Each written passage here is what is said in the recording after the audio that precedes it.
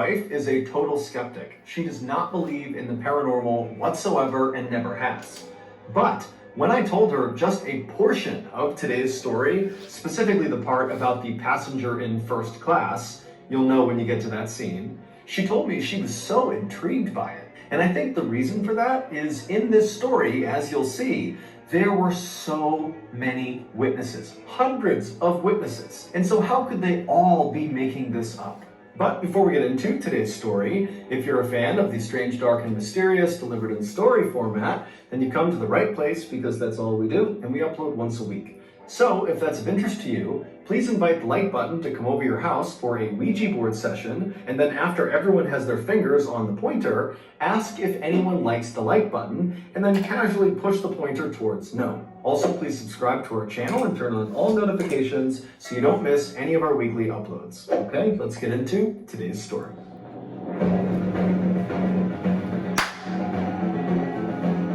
Dice roll. Dice roll.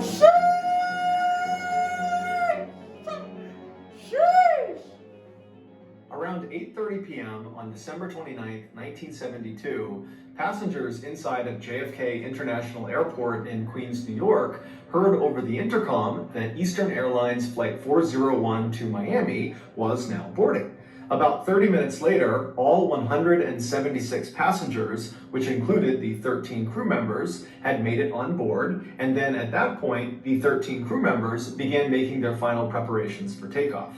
Flight 401 was a very expensive and recently introduced model of plane by Eastern Airlines called the Lockheed L-1011 TriStar, and it was both unbelievably technologically advanced and unbelievably enormous. It sat up to 400 passengers, which meant instead of having 4 seats to a row like you would expect inside of a passenger jet, the L-1011s had 8 seats per row, and they had 2 levels. There was the main level, which was the main cabin where all the passengers were, and then there was a second level, a lower level, that was only accessible via 2 small elevators that could barely fit 1 person inside of them in the back of the aircraft. And down on this lower level was a full-size kitchen, which had ovens and refrigerators, and also at the back of this lower level was a lounge area for flight staff. The pilot that night was Bob Loft, who was a strikingly handsome 55-year-old man with over 30,000... He not that handsome, like, you know what I mean? Like, I'm handsome, you know what I mean? I'm gorgeous, you know what I mean? I'm pretty, I'm all that. I'm a whole bag of vegan chips with some, you know what I mean, mumbo sauce. He just looked like regular plain potato chips. The stale Jones. Just saying. 1,000 hours of flying experience, which for reference is a ton of flying experience. Captain Bob was known as a perfectionist who exuded confidence and who was cool under pressure. After Bob had boarded the aircraft, he had made his way right into the cockpit, which is the very front of the plane where the pilots fly the plane, and he had sat down in the customary captain's seat, which was the front left seat. And then after he had sat down, his 10 years younger first officer or co-pilot, a man named Bert Stockstill, had joined him in the cockpit and sat down in the customary co-pilot seat, which was directly to the right of Captain Bob. And so after the pilot and co-pilot were both seated, the remaining 2 members of that night's cockpit crew came into the cockpit. Now, normally in most passenger jets, there were only 2 seats in the cockpit, but because L-1011 planes were so massive, there were 4 seats in the cockpit. And so one of the last 2 men who joined the cockpit was 51-year-old Don Repo, who was the flight's engineer. And despite him being this big, strong ox of a man, he was actually known as being fairly soft-spoken and very approachable. And so Don came into the cockpit, he said hello, and then he sat down in the seat right behind the co-pilot, Bert. And then a few seconds after Don, the last man came into the cockpit. It was 47-year-old Angelo Donadeo. Angelo was not actually part of that night's flight crew. However, he was an employee of Eastern Airlines, and that night he needed to get to Miami, and so the company had put him on Flight 401 and sat him in the 4th and final seat in the cockpit right behind Captain Bob. Around 9:10 p.m., all pre-flight checks had been completed, all passengers were seated, as was the crew, and so Captain Bob began taxiing over to the runway. 10 minutes later, at 9:20 p.m., Captain Bob pushed the throttles forward and the plane began to take off. A few minutes later, and Flight 401 was airborne up in the night sky over New York, headed south towards Miami. For the next 2 hours, this flight was completely normal. In fact, it was so normal that one of the passengers, named Jerry Escow, actually wrote a letter while he was on the plane telling Eastern Airlines how great their airline was and how smooth this flight was. His plan was, once they landed, to mail this letter to Eastern Airlines. But at 11:32 p.m., so 2 hours and 12 minutes after takeoff, this flight would go from being very routine and normal to being anything but. At 11:32 p.m., Captain Bob began his approach to Miami International Airport, but when he lowered the plane's landing gear, his co-pilot Bert noticed they had a problem. L-1011 jets, like 401, have 3 pieces of landing gear. They have wheels that come down under the left wing, they have wheels that come down under the right wing, and they have wheels that pop out of the nose of the plane. And each of these pieces of landing gear has a corresponding little light bulb, a green light bulb inside the cockpit, that once that piece of landing gear comes down and locks in place and is ready to be landed on, its green light will go on inside of the cockpit. But when Captain Bob lowered their landing gear, his co-pilot Bert noticed only 2 of the lights came on. The one that did not light up was the nose landing gear. Now, Captain Bob and the other men in the cockpit, when they saw this issue, they immediately assumed it had to be the light bulb itself that was faulty, not the actual nose landing gear, because this plane was brand new, it had been checked before they left, so the likelihood of the... But was it checked? Was somebody in cahoots? Was somebody sus hoops? Because just because it was checked don't mean it was checked. You could have had a clucky, you could have had a clucky on that. That's all I'm saying.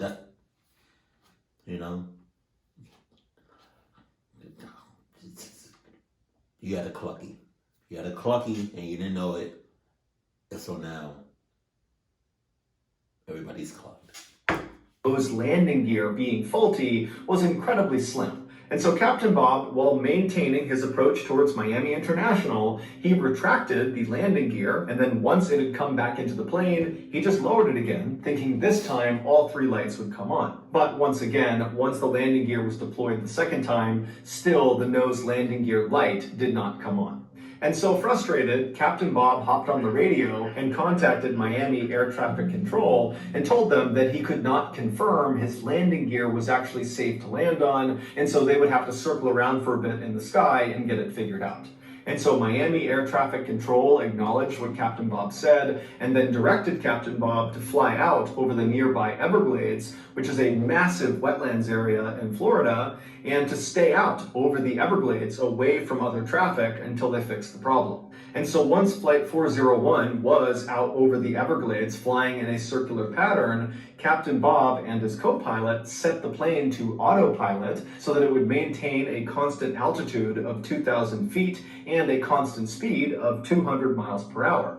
And so once the plane was all set, Captain Bob and his co-pilot Bert began fiddling with this front nose gear indicator light bulb, which they were convinced was faulty. And so they started by pressing on the light, and when that didn't work, they began twisting it, and when that didn't work, they actually pulled the light bulb off the panel and kind of blew the dirt and grime off of it, and then they jammed it back into the panel, but as soon as they did, not only did it not go back on, but they realized they had put it in sideways, and so they couldn't actually get it out again. And so now they're thinking, this light's not going to go on at all. We need to find another way to make sure the nose landing gear has come down. And so Captain Bob at this point is totally frustrated, and so he turns around and he looks at Don Repo, the flight engineer who's sitting right behind the co-pilot, and he tells Don to go down into the hellhole and directly inspect the front landing gear himself.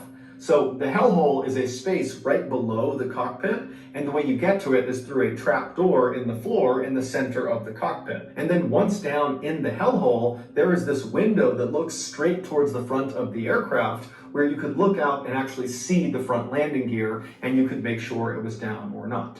And so Don Repo, he gets out of his seat and he opens up the hellhole trap door and he makes his way down below. Meanwhile, 2,000 feet below Flight 401, a 43-year-old man named Robert Marquise, along with a friend of his, were looking for frogs in the Everglades, riding around on Robert's airboat. An airboat is a flat-bottomed boat with this huge fan on the back of it that propels it forward. It's popular in the Everglades because the water depth is so shallow. At points in the Everglades, the water's only a couple of inches deep.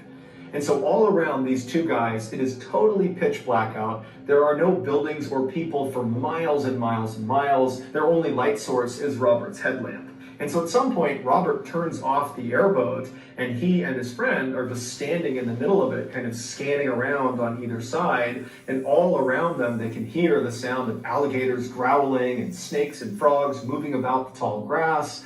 And as they're just kind of silently looking around them, out of the corner of Robert's eye, he sees something. And so he looks up right as he sees this huge orange and yellow flash that kind of came out of the ground roughly 5 miles away from where they... Battery low.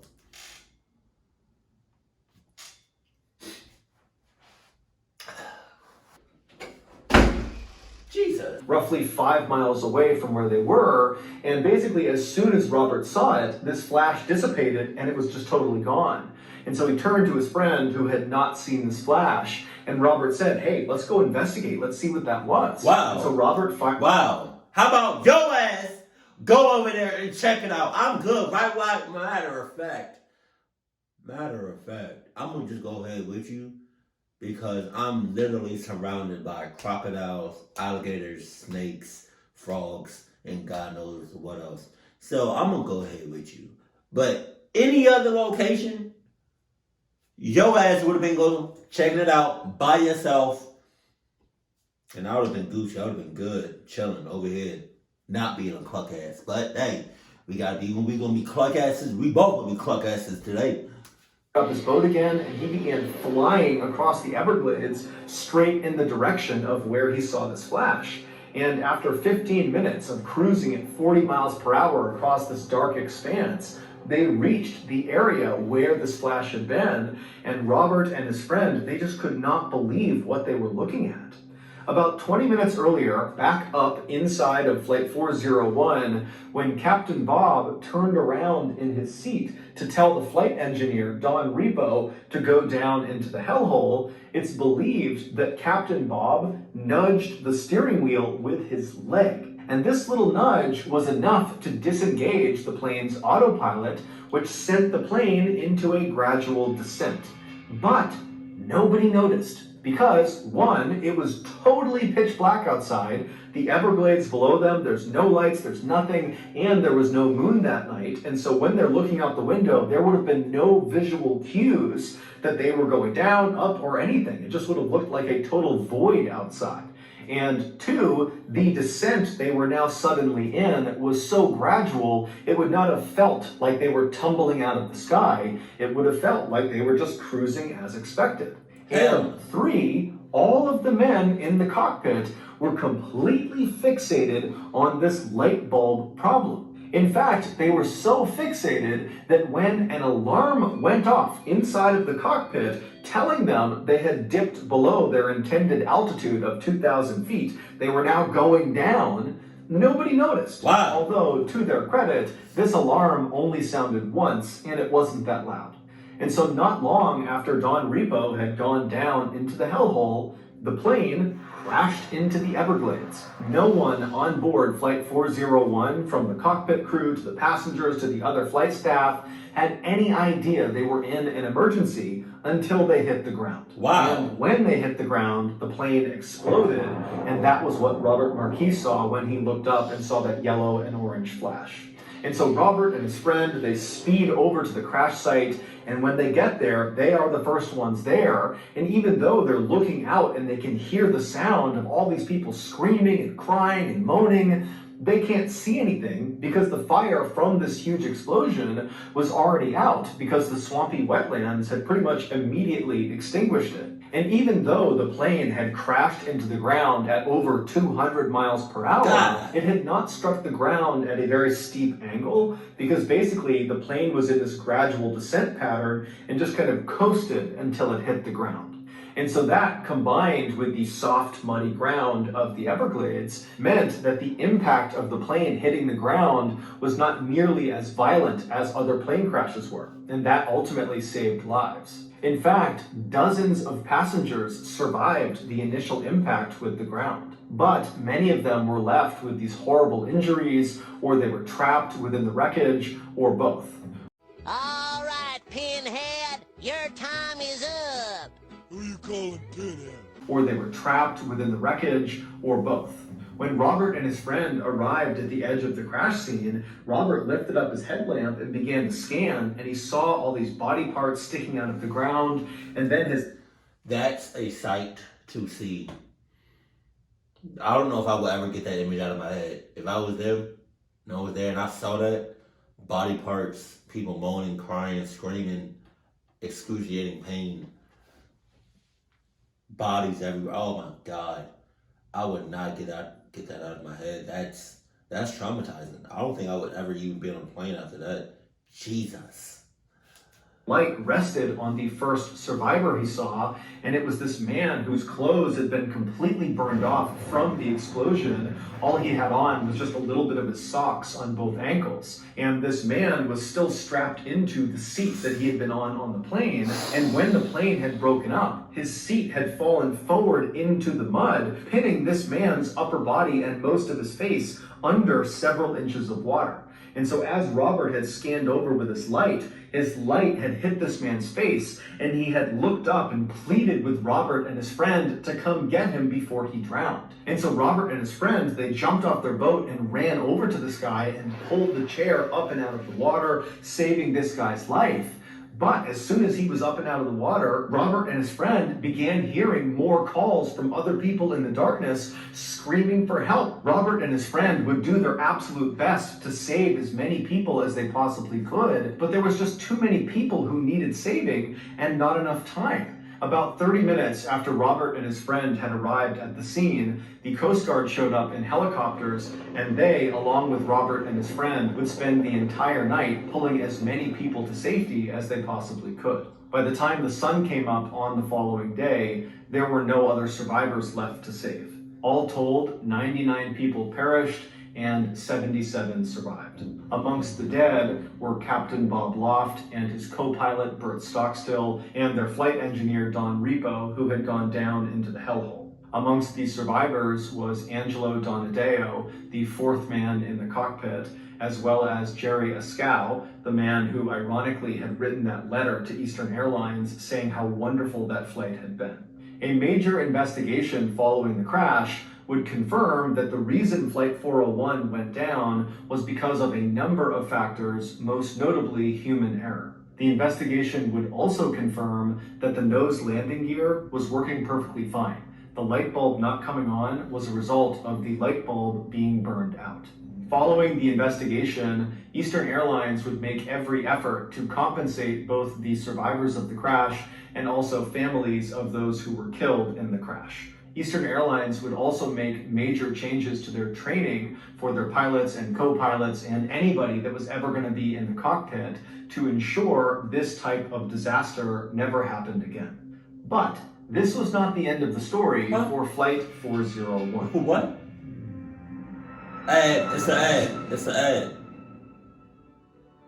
I was recently eating lunch with a friend of mine in Uskapog, Rhode Island, when he asked me, "John, what is your biggest dream in life?" Now, ever since I was a literal newborn baby, I've had a huge dream, but I've always been too scared to commit to it. But for some reason, when my friend in Uskapog asked me this question, I felt this euphoria growing inside of me. And before I could stop myself, I blurted out the truth. I want to create a mildly effective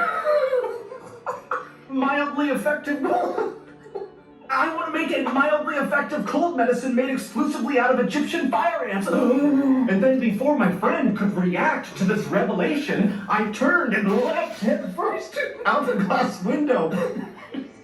And then when I hit the ground, I turned around expecting to see my friend angry and staring down at me, ready to fight me. But instead, he was standing on our table doing a jig, stomping on our plates and our cups, and all around him, our waiters and waitresses were cheering, saying, "Go, John, go!" And so go I did. After a quick salute to the gang, I turned and I ran directly into traffic. And for 97 miles, I ran along the freeway. All right, hold on.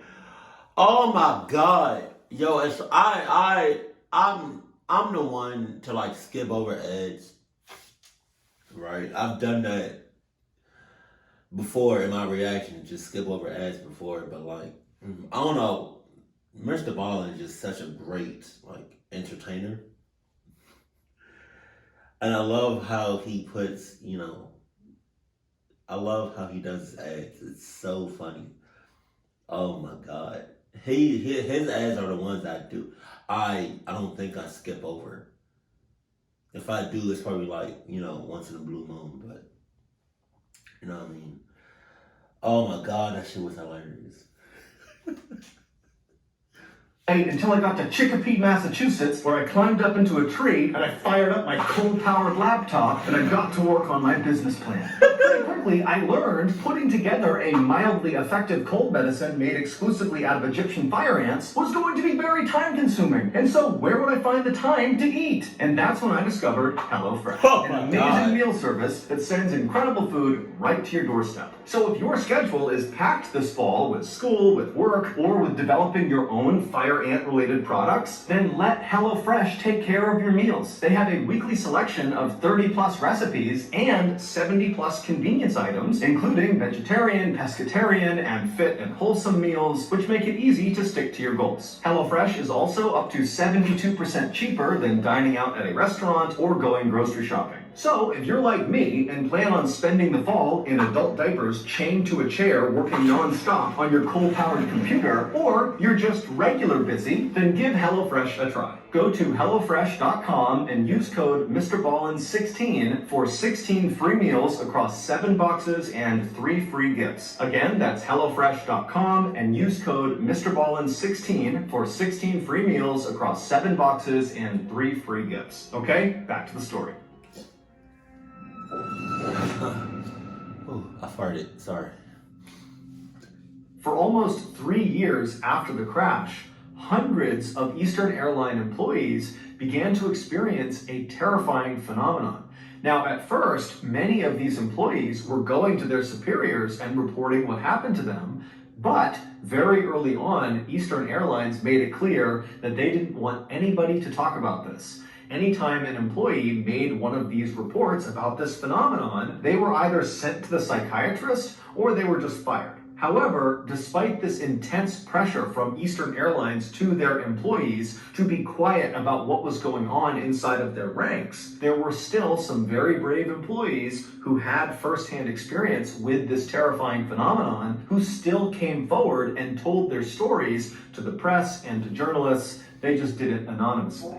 And so I'm going to tell you 2 of the most chilling accounts from those employees. Keep in mind, the names used in these stories have all been changed.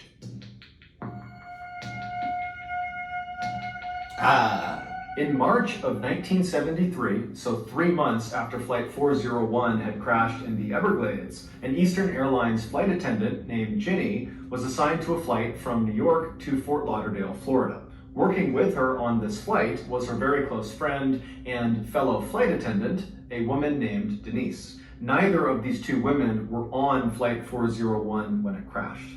The plane these 2 women would be working on their flight to Florida was called number 318 by Eastern Airlines, and it was an L-1011, just like Flight 401 had been. In fact, plane number 318 actually had some original parts from Flight 401 on it, because it would turn out, after that huge investigation was done on the crash, the investigators discovered lots of parts from Flight 401 were still in pretty good shape. And so after rigorously testing them and ensuring they did really work, those parts were actually installed on other L-1011 jets in the Eastern Airline fleet. Now, for the record, this was not considered an inappropriate thing to do. These parts were extremely expensive and they worked perfectly fine, and they were not involved in causing Flight 401 to crash. And so no one batted an eye when Eastern Airlines put these parts on their other planes. So Ginny and Denise, along with several other Eastern Airlines flight attendants, board plane number 318, and after takeoff, the flight attendants began going through the very long and drawn-out process of getting food and drink for the nearly 200 people on board the flight. And so the way the flight attendants divvied up the work is they would have some of the attendants on the main level of the plane in the cabin taking orders from all the passengers, and then the other flight attendants would be down on the lower level, the second level of the plane where the kitchen was, preparing all the food and drinks. And so at some point during this process, Denise, who was up on the main level helping with taking orders, realized she didn't have anything to do. She had taken all the orders she could, and so she decided she would head down to the second level, to the kitchen, where her good friend Ginny was, to see if she could help her. But ironically, as Denise got in the elevator in the back of the plane and began heading down to the second level,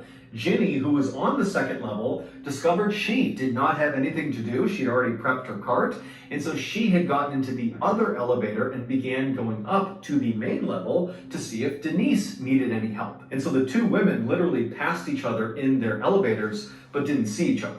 And so once Ginny arrived at the main level, the cabin level, she got off the elevator and she walked down the aisle and she began asking around to the other attendants if they knew where Denise was. And they would tell her, oh, she just left a minute ago to go down to see you. And so after a couple of minutes, Ginny would leave the main level and go back down the elevator to the lower level to find Denise. Now, to understand what happens next, you need to have a basic understanding of the layout of the second level. So when you come down on either of those two elevators, when the doors open, you'd be looking down a stretch of hallway, basically the length of the plane from the back towards the front. And when you stepped off the elevator, you'd be stepping into the middle of the kitchen. Now, the kitchen was very, very cramped, and on the left side was a row of ovens that were all stacked up against each other, and then on the other side, on the right side, was a row of cabinets and cupboards. If you were to walk down the kitchen straight towards the front of the plane, you would eventually reach a wall that separated the kitchen to the lounge area, and there was a door slightly off to the right side on this wall that you could walk through to get into the lounge. So if you were standing in the kitchen and looking in the direction of this door, you wouldn't really be able to see into the lounge area because, again, the door was kind of off to the side. You would have to actually go over to the door and poke your head through to get a full unobstructed view of the lounge. And all the lounge was a couple of sofas and chairs kind of arranged in a circle. So Ginny has gotten back in the elevator and she's made her way back downstairs to continue looking for Denise. She gets down to the lower level, the doors open up, and she looks out into the kitchen, and Denise is not there. In fact, the kitchen is totally empty. And the door leading into the lounge area is shut, so she can't even see in part of the way into the lounge to see if anybody is in there.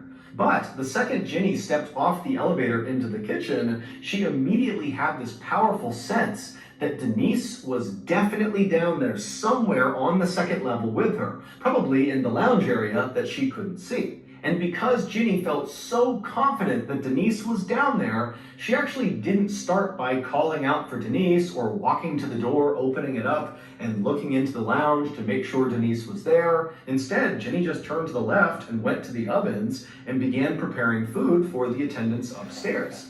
And as she's making these plates of food, Ginny would periodically look over at the closed door leading into the lounge, kind of expecting it to open up at any point and see Denise walk out. But after a couple of minutes, no one had opened the door from the lounge, and Ginny was thinking to herself, I'm making quite a bit of noise over here. If anybody was down here, wouldn't they come out of the lounge and just see who it was? And because Ginny, again, had this really intense feeling that she was not alone down there, she began to think, wait a minute, is Denise playing a practical joke on me? Is she hiding in the lounge? Or is she hiding in one of the cabinets on the right side here and she's going to jump out and grab me? And so the second Ginny began thinking about that, she became really paranoid. And so as she's making this food, she's pretty much constantly looking over at the door or kind of scanning behind her, waiting for Denise to launch out and scare her. But again, after several more minutes, Ginny didn't see anybody come out of the lounge, and none of the cabinet doors opened up. It was just her down there. However, the longer she stayed down there, the stronger that feeling got that someone was in the room with her. And so now she can't even make her food. She's completely turned around, just scanning all around. You know, at that point,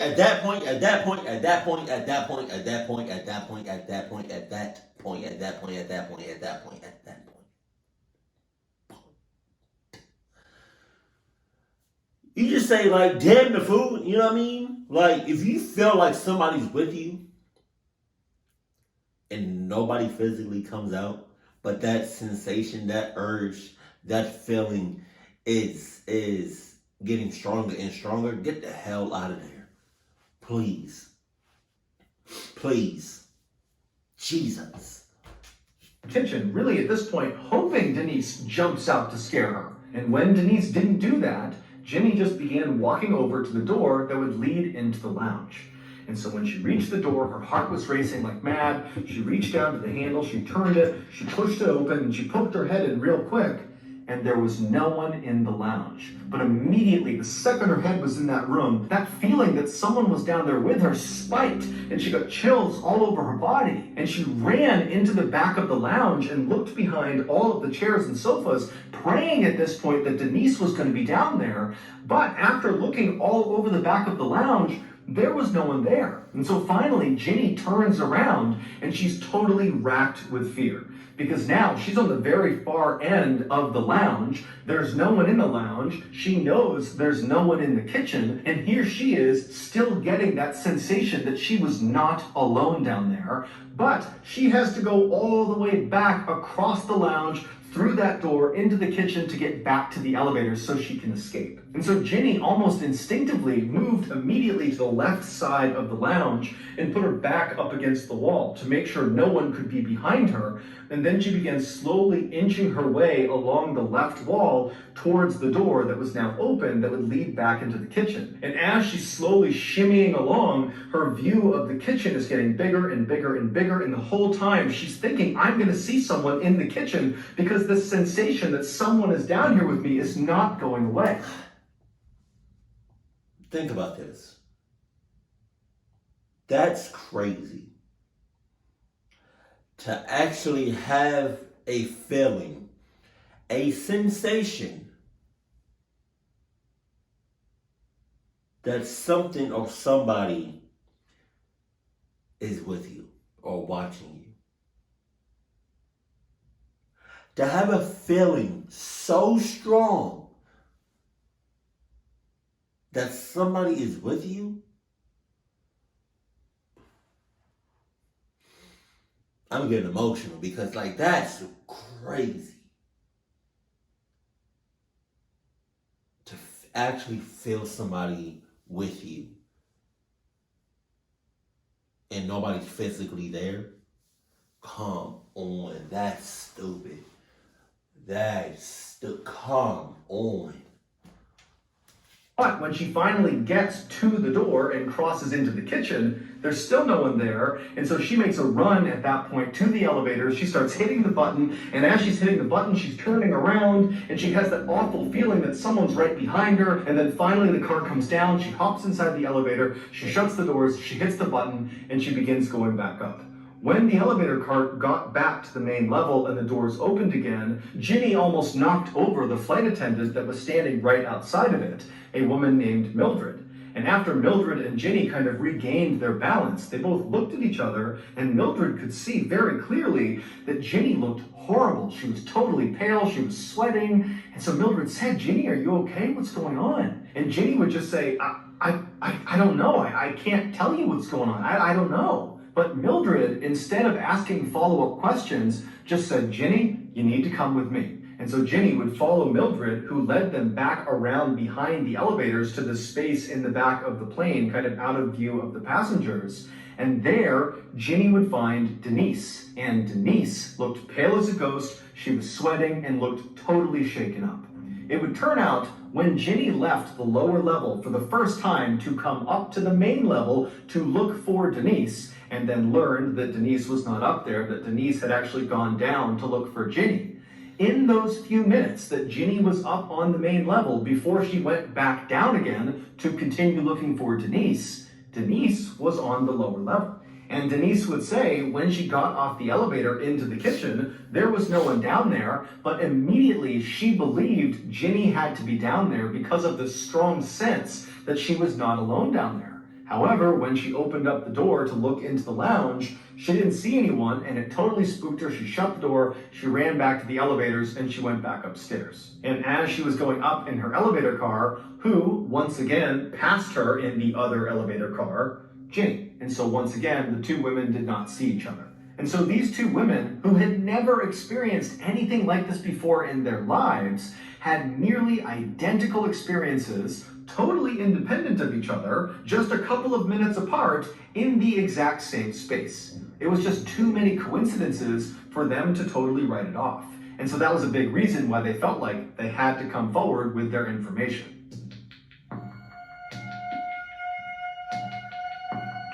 One month later, plane number 318, the same plane that Ginny and Denise had had their frightening experiences on, was at Newark Liberty International Airport in New Jersey, undergoing pre-flight checks from its crew before its flight to Miami that morning. After most of the checks were done, the passengers were allowed to board the plane, and then after it seemed like most of the passengers had arrived and taken their seats, the senior flight attendant, whose name was Sis, began counting the people on board the plane to make sure they had everyone. And after counting up and down the rows, she realized their head count was off by one. Oh, they had wow. one too many people. And so when Sis began recounting, she actually quickly identified the discrepancy. Sis was standing in first class in the aisle, and as she was counting down the left side of first class passengers, she noticed there was an Eastern Airlines captain seated in one of the seats. And so immediately Sis thought, oh, okay, I don't recognize this person, but since he's in uniform, he must be deadheading.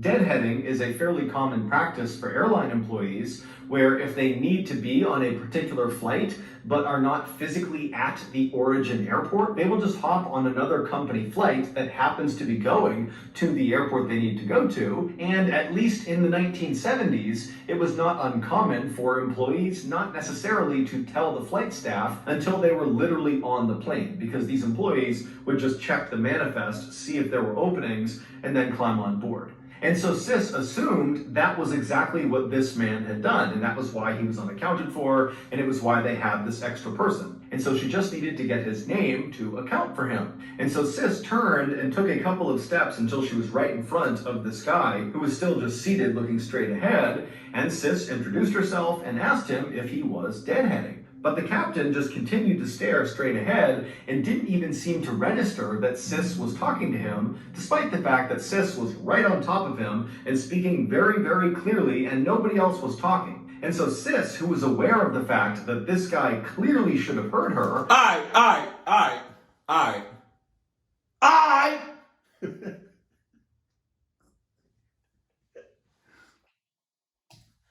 I ask you 2 times, as clear as day, and you don't give me no sense of like, no type of answer, no like, you know what I mean, no nothing, no head nod, no facial expressions, no nothing, no indication that you deadheading, you getting out. Either you getting out or I'm gonna help you out. What are you talking about? So, James, I don't know why I said James. James, are you deadheading?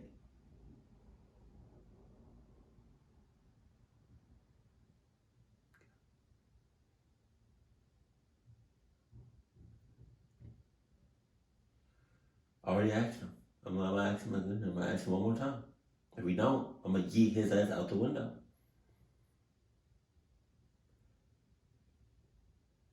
James, are you dead? No? Bet nothing? No, all right. Yes! I'm saying, like, you sus as shit. You hella sus right now. Just kind of waited for a second and then just asked again, hey, what's your name? I need to make sure that you are in fact deadheading. But again, this captain just sat there without moving and didn't remotely react to Sis. Now, by this point, another flight attendant named Diane had looked over and actually saw Sis having this strange interaction with this Eastern Airlines captain. And so Diane walked over and listened as Sis, for a third time, tried to get this guy's attention, but he still did nothing. And so Diane and Sis, they start looking at each other like, what do we do about this? And at some point, Sis just says, okay, I'm going to go tell the captain, he can deal with this. And so Diane stayed in the aisle next to this silent seated captain while Sis turned and walked towards the cockpit, and she told the captain, whose name was George. And so George, he leaves the cockpit with Sis by his side, and they start walking down the aisle back towards where this guy was. Hey, what would y'all do if y'all was in their situation? You asked the guy nothing. He just looking straight ahead, not saying nothing, not moving. Nothing, right? He's just like that, right? And because he's in a plane full of people, just like the father said, in Annabelle,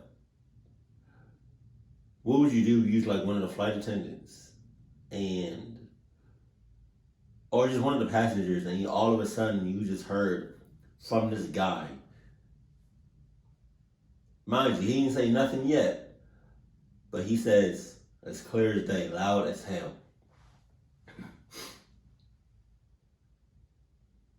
Are you deadheading? He says, Have mercy on your soul!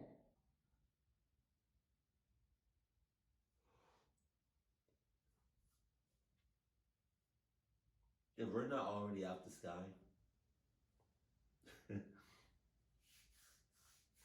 like we're not already in the sky, I'm leaving. I'm packing. I don't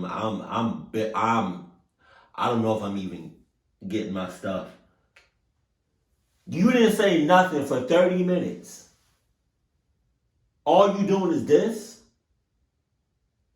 And then out of nowhere you say, have mercy on your soul? Oh my God. Yeah, I'm haul-assing. I don't get what? Man, what are y'all doing? Let me know that in the comment section below. Diane was, and by the time they get there, 6 other passengers kind of in the general vicinity had noticed something strange was going on, and so they were all kind of turned around in their seats, looking at this captain who was sitting there, and Diane and Sis and George kind of waiting to see what was going to happen.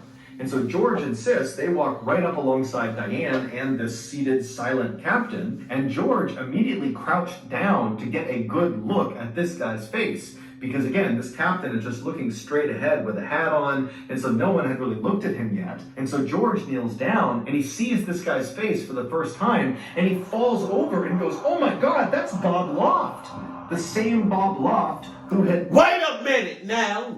Hold on. Ho. That's not him. That is not him. Somebody's lying.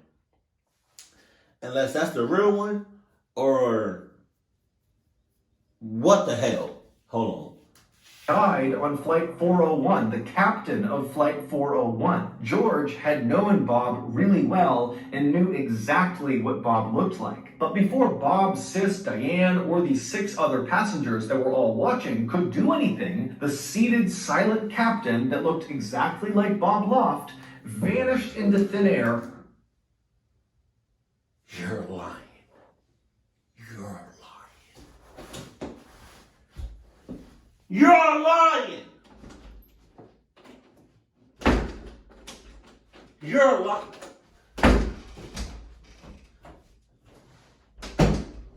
You're lying. Get the clock out of here. Vanish into thin air. Vanish into thin air.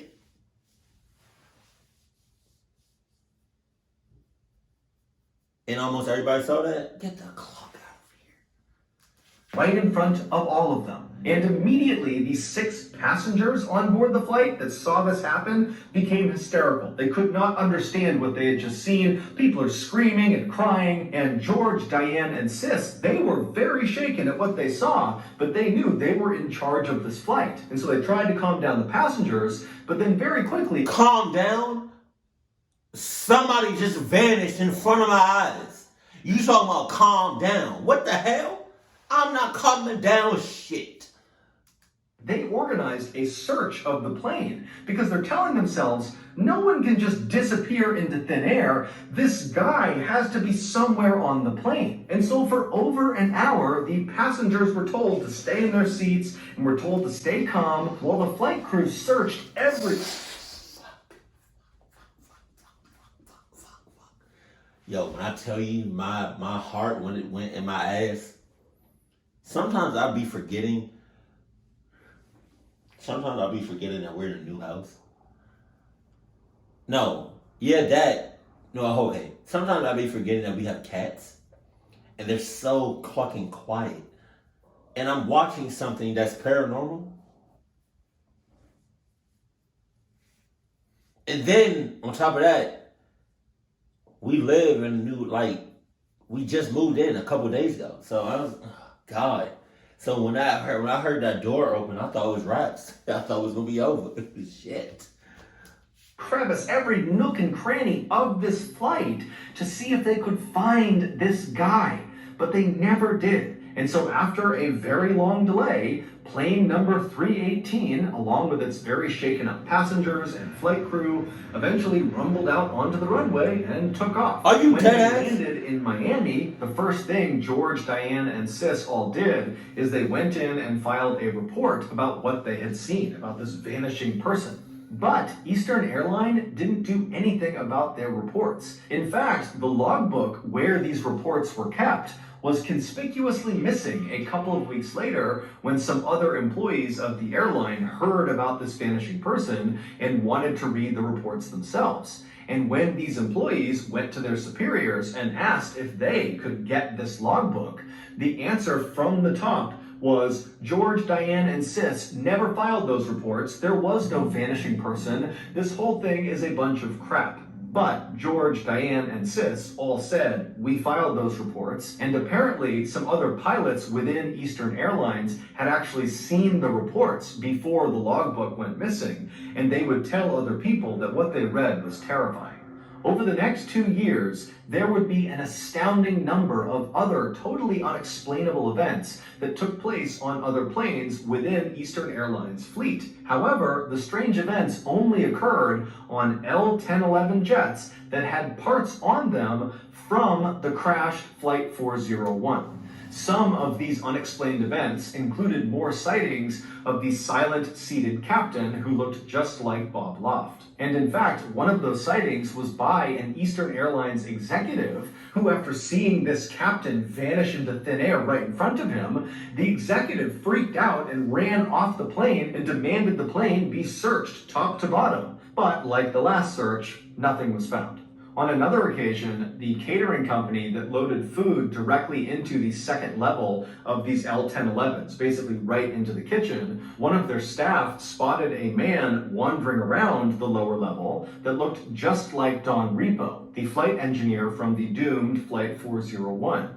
And when the staff member spoke to this man who looked like Don Repo turned towards him and then vanished into thin air. The catering company was so scared when this happened that they refused to go back into the plane, and it caused a massive delay.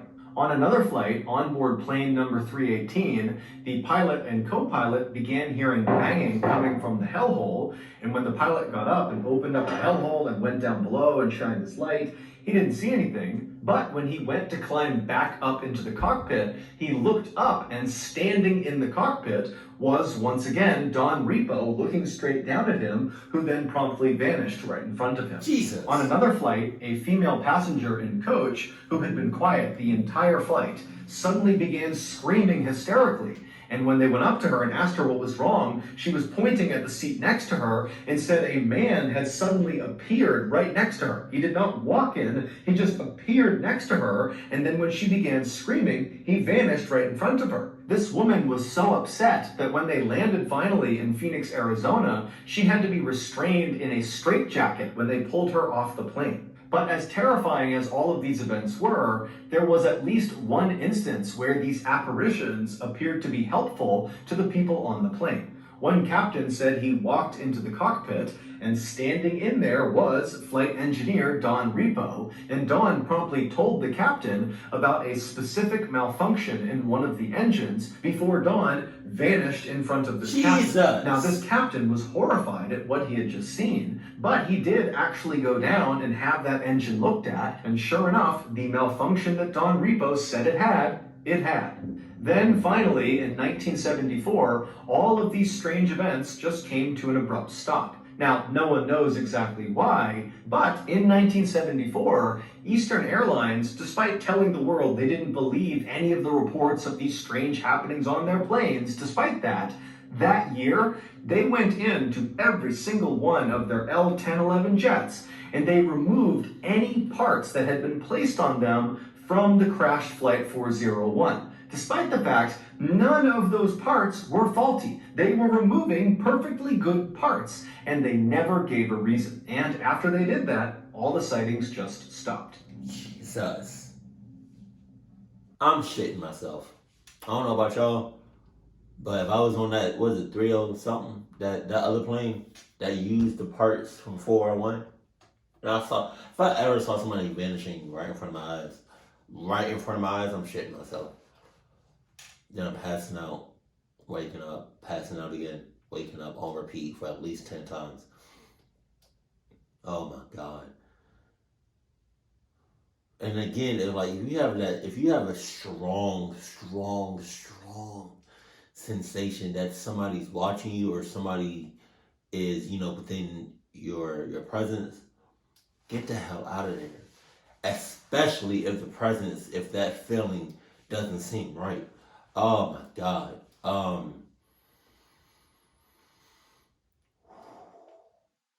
This video just got me chills. That shit is crazy.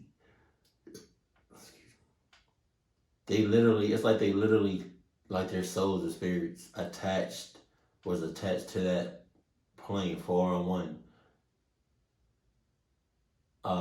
In every parts of it. So when they took the parts from 401 to the other plane, it's like they transferred. Oh my God. I wonder what's it called, Eastern Airlines? I wonder if they're still in business. If they are, best believe I'm not getting on that plane. Any of them. I don't give a damn. This story is way too creepy for me to be risking it like that. They should just go out of business. But for other people to see the same thing, that's crazy.